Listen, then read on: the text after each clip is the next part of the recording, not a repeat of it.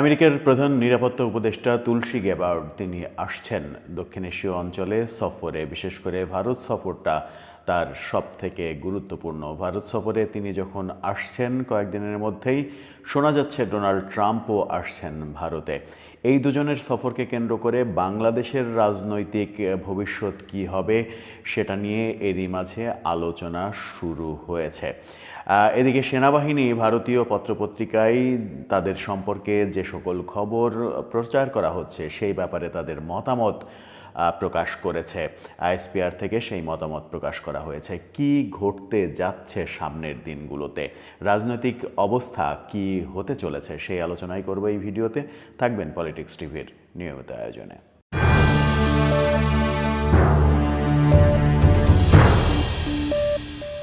দর্শক, পলিটিক্স টিভির নিয়মিত ভিডিওগুলো এখন থেকে স্পন্সর করছে প্রজাপতি.টিভি, নতুন ওটিটি প্ল্যাটফর্ম। আপনারা চাইলে তাদের সাথে থাকতে পারেন। ফেসবুকে, ইউটিউবে, ইনস্টাগ্রামে, টিকটকে দেখে নিতে পারেন। আমাদের ডিসক্রিপশন বক্সেও লিঙ্ক দেওয়া থাকবে, সেখান থেকেও আপনারা দেখতে পারেন প্রজাপতি.টিভি। চলে যাই মূল ভিডিওতে। মূল আলোচনায় যাওয়ার আগে একটা ব্যাপার আলোচনা করে নিই। দেশে এখনও মব চলছে। পবিত্র রমজানে যখন আমরা গর্ব সহকারে বলি ইসলাম এমন একটি ধর্ম যে ধর্ম শান্তির বার্তা দেয়, যে ধর্ম অন্যের উপরে জোর জবরদস্তি করে না, যে ধর্মে আকৃষ্ট হয়ে হাজার হাজার বছর ধরে মানুষ ইসলামের দিকে আসছে, ইসলামের দিকে ধাবিত হচ্ছে, ইসলামের সেই মায়া মমতা দেখেই মূলত ইসলামের প্রতি আকৃষ্ট হচ্ছিল জনগণ। সেই ইসলামকে আমরা কি বিতর্কিত করছি? সেই ইসলামের মান সম্মানকে আমরা কি ভুলণ্ঠিত করছি মবের মাধ্যমে? পবিত্র রমজানে মব চলছে। কদিন আগেই দেখলাম বেশ কিছু দোকানে ভাঙচুর করা হয়েছে। ভাঙচুর করে সেগুলো একেবারে তছনছ করে দেওয়া হয়েছে। দোকানের ভিতরে যারা ছিল তাদেরকে বেধড়ক পেটানো হয়েছে। আজকে আমরা দেখলাম লক্ষ্মীপুরে একজন বয়স্ক মানুষ দাঁড়িতে মেহেদি লাগানো, লাল রং করা এই ভদ্রলোক, মাথায় টুপি দেয়া, পাঞ্জাবি পরা এই ভদ্রলোক 10-12 জনের একটা দল নিয়ে মব তৈরি করলেন লক্ষ্মীপুর শহরে বিভিন্ন দোকানে দোকানে একটা লাঠি হাতে করে। এই ছবিটা দেখুন, লাঠি হাতে করে একজনকে দোকান থেকে বের করে নিয়ে এসে তাকে শাসানো হচ্ছে এবং প্রশ্ন করা হচ্ছে, আপনি কি মুসলমান হলে রোজা রাখেন না কেন?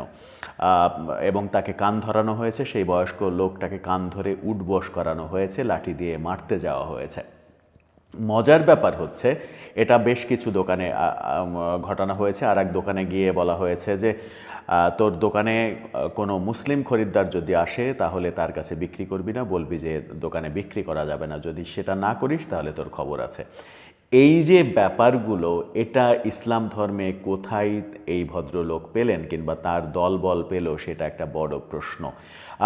মজার ব্যাপার যেটা বলছিলাম যে আমাদের গণমাধ্যমগুলো সেটা নিয়ে নিউজ না করে, সেটা নিয়ে প্রতিবাদমূলক নিউজ না করে কিংবা এই ব্যক্তির দৃষ্টান্তমূলক শাস্তি মানুষ চাচ্ছে কিনা সেই ধরনের গণসচেতনতামূলক নিউজ না করে ওই ব্যক্তিকে ফলো করে ভিডিও করে চ্যানেলের কন্টেন্ট বানিয়ে শুধুমাত্র সেই ভিডিও, সে দোকানে যাচ্ছে, একে ধরছে ওকে ধরছে, কান ধরে উঠবস করাচ্ছে, একে ধমক দিচ্ছে ইসলামের দোহাই দিয়ে, সেই ভিডিও যমুনা টিভির মতো গণমাধ্যম হুবহু শুধুমাত্র ভিডিও প্রকাশ করছে, অথচ তাদের কোনো অনুসন্ধানী রিপোর্ট নেই। এই ব্যক্তির মতো ব্যক্তিদের যদি গ্রেপ্তার করে শাস্তির আওতায় না আনা হয় তাহলে ইসলামের মান সম্মান ভুলণ্ঠিত হবে বলেও মনে করছেন অনেকে। রোজার দিনে মব তৈরি করা, জোর করে মানুষকে রোজা রাখার থিওরি শেখানো, রোজা যে সবার উপরে ফরজ নয়, মুসলিম হলেও যে রোজা সবার উপরে ফরজ নয়, আর রোজা কেন, ইসলামের কোনো বিধান সম্পর্কেই আপনি যে কারো উপরে জোর করতে পারেন না, খুব বেশি হলে দাওয়াত দিতে পারেন এবং আপনার দাওয়াতে মুগ্ধ হয়েই মানুষ আপনার দিকে ধাবিত হবে, সেই ব্যাপারটা আমাদের প্রিয় নবীজির সেই আদর্শ আমরা ভুলে জঙ্গিপনার ইসলাম কায়েম করতে চলেছি।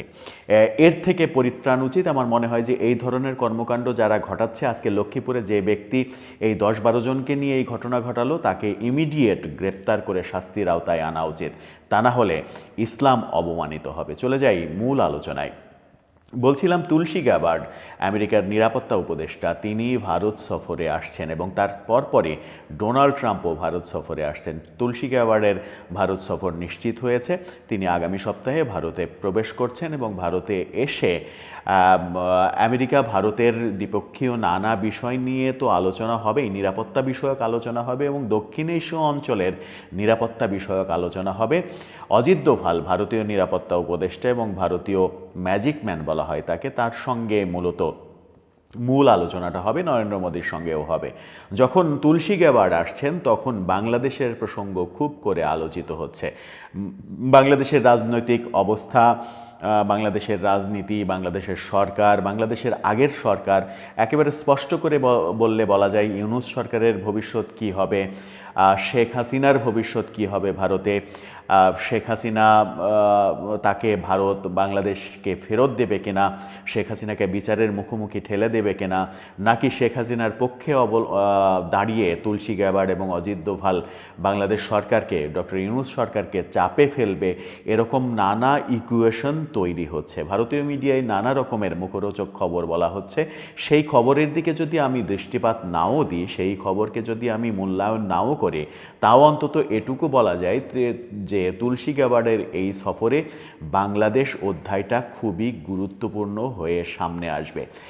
এবং তুলসী গ্যাবার্ডের এই সফরের পরপরই ডোনাল্ড ট্রাম্পের সফর। তার মানে হচ্ছে যে এই মাসের মধ্যে শেখ হাসিনার ভবিষ্যৎটা আমার মনে হয় পরিষ্কার হয়ে যাবে। শেখ হাসিনার ভবিষ্যৎটা কি দাঁড়াচ্ছে এবং শেখ হাসিনার ভবিষ্যৎটা পজিটিভ নেগেটিভ যেদিকেই যাক, তার পক্ষে কিংবা তার বিপক্ষে যেদিকেই যাক না কেন, ডক্টর ইউনূসের ভবিষ্যৎ কি হচ্ছে সেটাও একটা বড় বিষয়। ডক্টর ইউনূস ডোনাল্ড ট্রাম্পের আস্থাভাজন ব্যক্তি নন, এটা আমরা আগে থেকেই জানি। সেই ক্ষেত্রে তার অবস্থা কি হচ্ছে, তার সরকার টিকতে পারবে কিনা, আমেরিকার চাপ কি কেমন হবে, আমেরিকার চাপ বাড়লে আন্তর্জাতিক সমস্ত চাপই যে বাড়বে এটাও নিশ্চিত।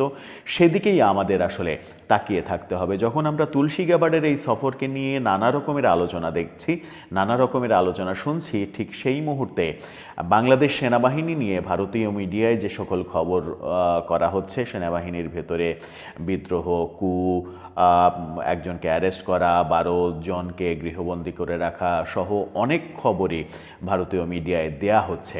বলা হচ্ছে সেনাবাহিনীর একজন জেনারেলকে অ্যারেস্ট করা হয়েছে এবং 12 জনকে গৃহবন্দী করে রাখা হয়েছে। খুব শীঘ্রই সেনাবাহিনী বাংলাদেশের রাষ্ট্র ক্ষমতা দখল করবে, ইউনূস সরকারকে সরিয়ে ইউনূসকে গ্রেপ্তার করবে, এরকম নানা খবর আমরা ভারতীয় মিডিয়ায় শুনতে পাচ্ছি। স্পেসিফিক কোন খবরগুলোর প্রতিবাদ করলো সেনাবাহিনী সেটা খুব একটা স্পষ্ট না হলেও ওভারঅল তারা তাদের মতামত ব্যক্ত করেছে। আইএসপিআর থেকে স্পষ্টভাবে বলা হয়েছে যে বাংলাদেশ সেনাবাহিনী একটা সুরক্ষিত, সুসজ্জিত চেন অফ কমান্ডের একটা বাহিনী। এই বাহিনীর অভ্যন্তরে কোনো কিছু ঘটেনি। সেনাপ্রধান ওয়াকারুজ্জামানের নেতৃত্বে সেনাবাহিনী বলিষ্ঠ অবস্থানে রয়েছে। মূলত সেনাবাহিনীর অভ্যন্তরে যে ভাঙনের কথা বলা হচ্ছে ভারতীয় মিডিয়াতে, সেগুলোরই প্রতিবাদ করা হয়েছে। এর আগে পর্যন্ত আমরা সেনাবাহিনীর কোনো স্পষ্ট বার্তা পাইনি। এই প্রথম আইএসপিআর থেকে স্পষ্ট বার্তা দেয়া হলো যে সেনাবাহিনী সঠিক এবং সাবলীল অবস্থায় রয়েছে, তাদের মধ্যে কোনো ভাঙন সৃষ্টি হয়নি। সেনাপ্রধান ওয়াকারুজ্জামানের নেতৃত্বে সেনাবাহিনী তার চেন অফ কমান্ড ঠিক রেখে ভালোভাবেই এগিয়ে যাচ্ছে, এরকম কথাই তারা বলার চেষ্টা করেছে। সেনাবাহিনীর পক্ষ থেকে যখন প্রতিবাদ জানানো হলো তখন ভারতীয় মিডিয়ায় প্রচারিত অনেক কিছু বিষয়েই এখন ধোঁয়াশা সৃষ্টি হবে।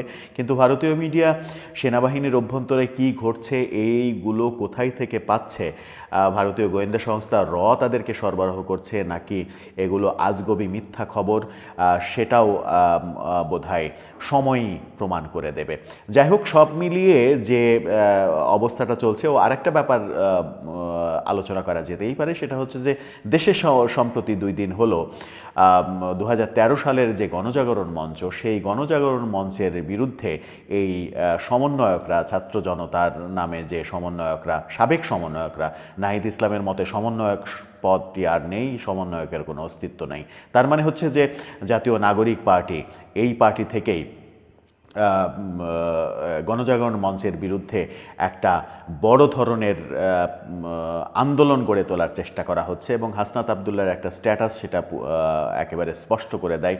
গণজাগরণ মঞ্চের বিরুদ্ধে তার স্ট্যাটাস, লাল ব্যাকগ্রাউন্ডে তার স্ট্যাটাসটা খুবই গুরুত্বপূর্ণ, এবং গণজাগরণ মঞ্চের অন্যতম মুখ লাকি আক্তার, তাকে গ্রেপ্তারের জন্য গতকালকে আমরা ঢাকা বিশ্ববিদ্যালয়ে মিছিল দেখেছি। কিন্তু কেন হঠাৎ করে লাকি আক্তারকে গ্রেপ্তার করতে হবে, কেন গণজাগরণ মঞ্চে যারা ছিল তাদেরকে গ্রেপ্তার করতে হবে, ব্যাপারগুলো ধোঁয়াশা।